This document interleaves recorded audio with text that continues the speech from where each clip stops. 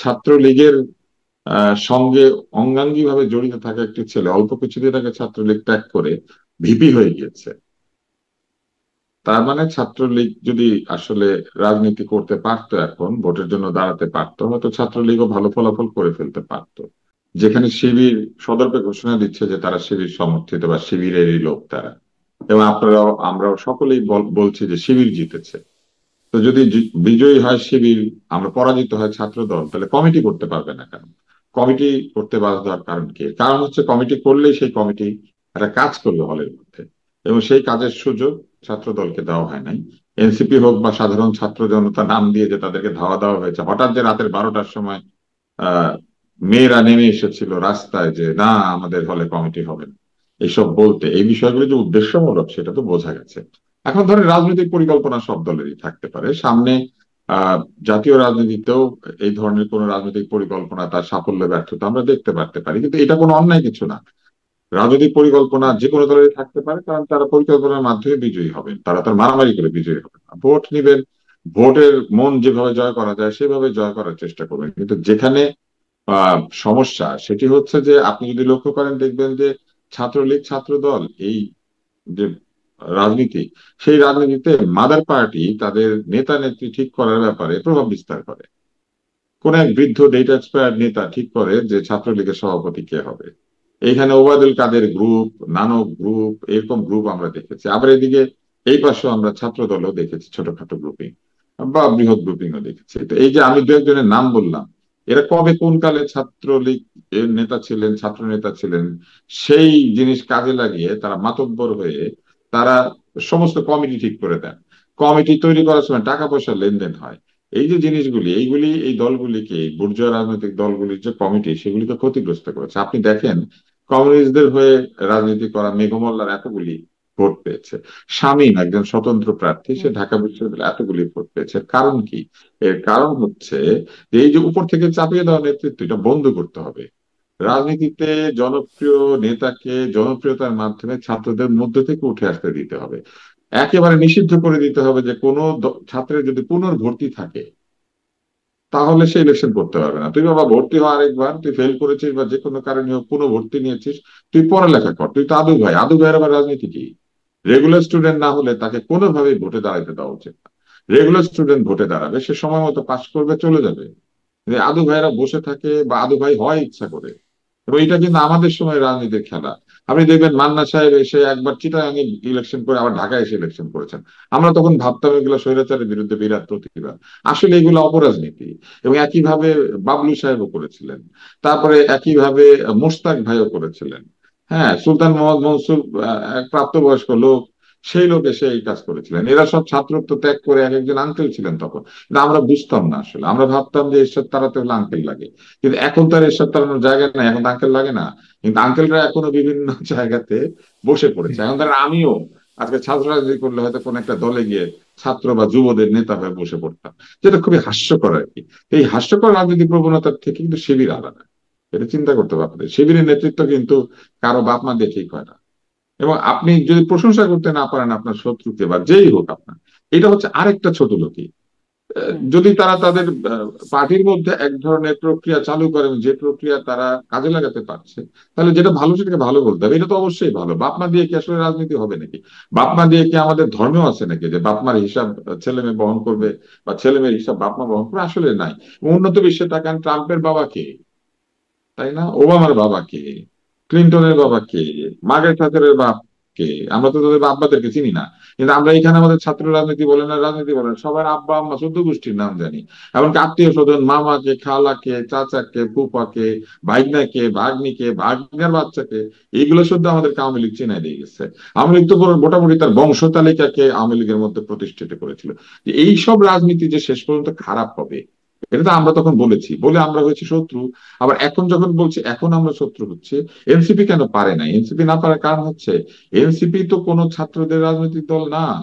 NCP এমনকি আন্দোলনের থেকে তৈরি হওয়া দল যদিও হয়, বাট আন্দোলনের সমস্ত কৃতিত্ব এনসিপির কাছে নাই।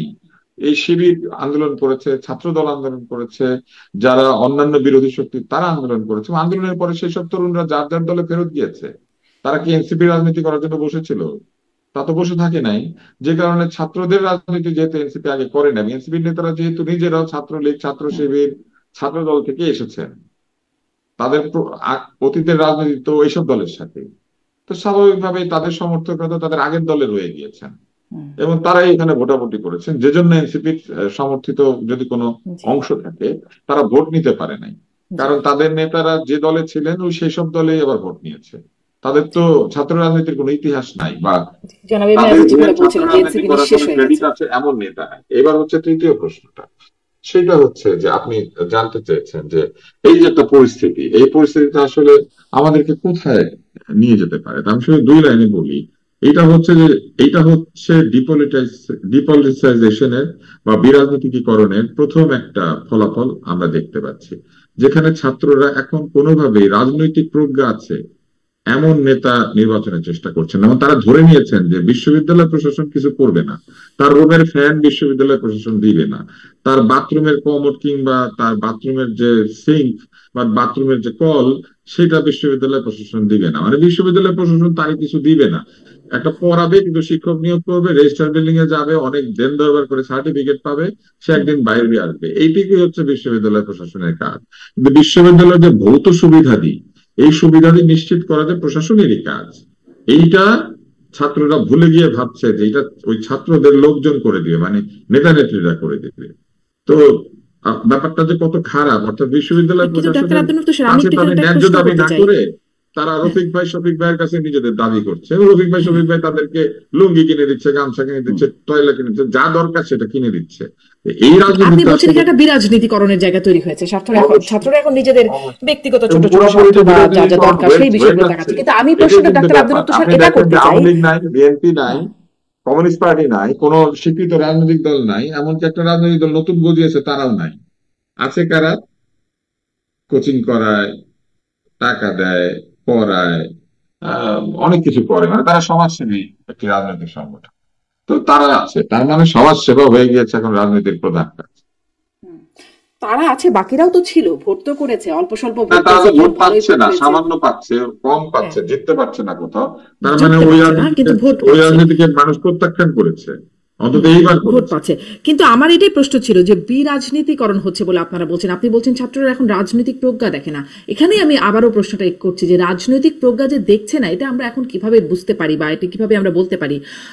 রাজনৈতিক প্রজ্ঞা দেখানোর সময় তো সামনে নাকি, যখন তারা কাজ করবে না না, আপনি নেতা এদের এই হিসেবে। যে বক্তৃতা দেখেছেন শারমিন চৌধুরী, আপনি হ্যাঁ, এই যে এতগুলি এতগুলি যে আহ, প্রার্থী দাঁড়িয়েছেন, এখন তো শামীম ছাড়া আরেকটা নাম বলেন তো, সুন্দর করে কথা বলতে পারে, প্রচুর পড়াশোনা করে, কিংবা তাদের বক্তৃতার মধ্যে এক ধরনের দূরদর্শিতা, বুদ্ধিমত্তা, প্রশ্নোত্তর যখন হয়েছে সেই প্রশ্নের উত্তরের ক্ষেত্রে তাদের প্রত্যুৎপন্ন মতিত্ব, অর্থাৎ প্রেজেন্স অফ মাইন্ড, তাদের ভাষা ব্যবহারের দক্ষতা, আপনি বলেন তো আরো 10-12টা নাম আমি শুনি একটু, তাইলে তো বোঝা যায় একজন নেতা ভবিষ্যতে, আমরা ধরে নেই যে ছাত্র নেতারা ভবিষ্যতে আমাদের রাজনৈতিক নেতা হবেন, তারা এটা প্রথম পার্ট। এবং এই ছাত্র নেতারা ভবিষ্যতে আমাদের রাজনীতির ময়দানে আসবেন এবং আমাদের রাজনীতিকে পরিবর্তন করবেন। তো এরা ছাত্র অবস্থাতেই তো এদের এই বক্তৃতা দেওয়ার দক্ষতা তৈরি হয় নাই, লেখাপড়া খুব একটা করে বলে মনে হয় না, বা পড়াশোনার বাইরে অন্য বইপত্র পড়ে বলে মনে হয় না তাদের কথাবার্তায়। তাদের যে একজনের সঙ্গে আরেকজনের আক্রমণ ও প্রতি আক্রমণের ভাষা, সেই ভাষাও যে খুব সুললিত সেটাও মনে হয় না। এরকম সবার কথা বলছি না, আছে, যেমন আমি নাম বলতে পারি, আমি মেঘ মল্লারের বক্তৃতা বা কথাবার্তা, ও যখন যুক্তি দিয়ে কথা বলে যথেষ্ট যুক্তি দিয়ে কথা বলে। এরকম আরো কিছু দুই দুই পাঁচজন যে নাই তা না। কিন্তু আপনি বিজয়ী প্রার্থীদের বলেন তো, আপনি একটা আয়োজন করেন না, আপনি এই অনুষ্ঠানে এনে তাদের সাক্ষাৎকার নেন, আপনি সাক্ষাৎকার নিলে টের পাবেন যে আসলে যে ধরনের ভবিষ্যৎমুখী রাজনৈতিক প্রজ্ঞা নিয়ে এই ছাত্র নেতারা ডাকসু চাকসু রাকসু, আহ, এই জাকসু সব জায়গাতে আসবেন বলে আমরা মনে করছি, আপনার কি মনে হয় যে আসলে সেই রকমের দেখা আপনি পেয়েছেন? আপনার দেখে মনে হয়েছে এই হচ্ছে ভবিষ্যতের বিল ক্লিন্টন? কিন্তু বারাক ওবামা যখন তার ফ্র্যাটার্নিটি, স্টুডেন্ট ফ্র্যাটার্নিটি নির্বাচন করে, তখন থেকেই ছাত্ররা তাকে মনে করেছে যে যে ছেলে এরকম বক্তৃতা দেয়, সে একদিন সিনেটর হবে, সে একদিন অথবা কংগ্রেসম্যান হবে, সে হুম, একদিন হুম, গভর্নর হবে, অথবা সে একদিন প্রেসিডেন্ট হবে। জি। তো কিন্তু আপনি বলেন তো, আপনি গণতন্ত্র বলেন তো তো আবার এখান এটাই যে থেকে একজনের ছাত্ররা নাম যা বলেন, মনে করছে। সারা বাংলাদেশের নেতা হবে আপনার মনে হচ্ছে, একটা নাম বলেন তো, জাতীয় মানে রাজনীতির আমার নেতা। কি মনে হচ্ছে সেটা তো আসলে খুব ম্যাটার তখন করে না, বা ঘরে আপনারও ঘরে, কি মনে হচ্ছে সেটা খুব তখন ম্যাটার করে না? বাংলার ঘরে যারা ঘরে ভোট দিবে পানির ভোটার মেশিন তারা যা ঠান্ডা হবে, মনে গরম করছে। হবে, তাই না?